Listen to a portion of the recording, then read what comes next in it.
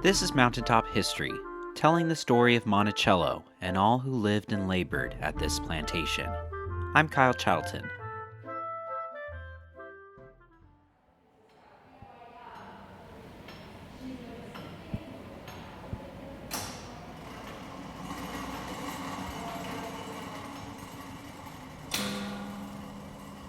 One of the most memorable objects found at Monticello today is also one that visitors from decades past remember during their earlier visits to Thomas Jefferson's historic home.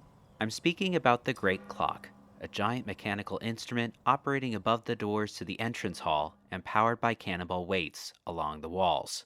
On a warm November day just outside the entrance hall on the east lawn, Associate Guide Andrew Miles shared some of the history of this famous timekeeper. In 1804, Jefferson had Irish carpenter James Dinsmore install the clock in the entrance hall of Monticello, a task most likely accomplished with the help of enslaved carpenters like John Hemmings. The clock itself is a reflection of Jefferson's love of gadgets and innovations. Jefferson had installed day markers in the hall next to the weights.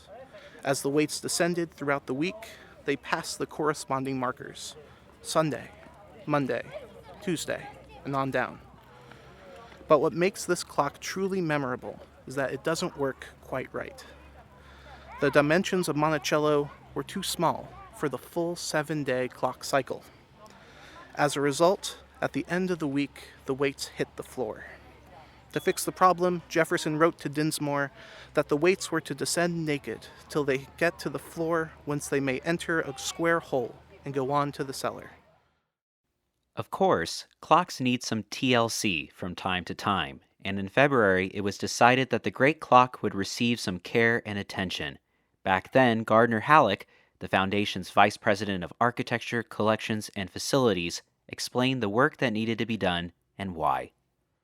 So we need to take the clock down because the gong striker, just as it did when Jefferson first built it, isn't working anymore. And so it's time for us to take the clock down, remove the works, and have them fixed.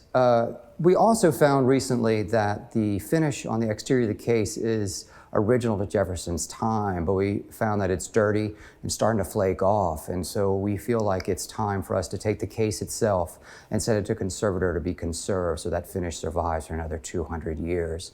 The clock will be removed March 11th, and it won't be back until probably around October 1st. It's going to take many months to conserve the works and also to stabilize the finish on the exterior of the case. The newly conserved Great Clock was reinstalled in October thanks to the generous support of the Americana Foundation. Mountaintop History is a collaboration between WTJU and the Thomas Jefferson Foundation and is made possible in part by a major grant from the National Endowment for the Humanities. To learn more and to plan your next visit, visit monticello.org.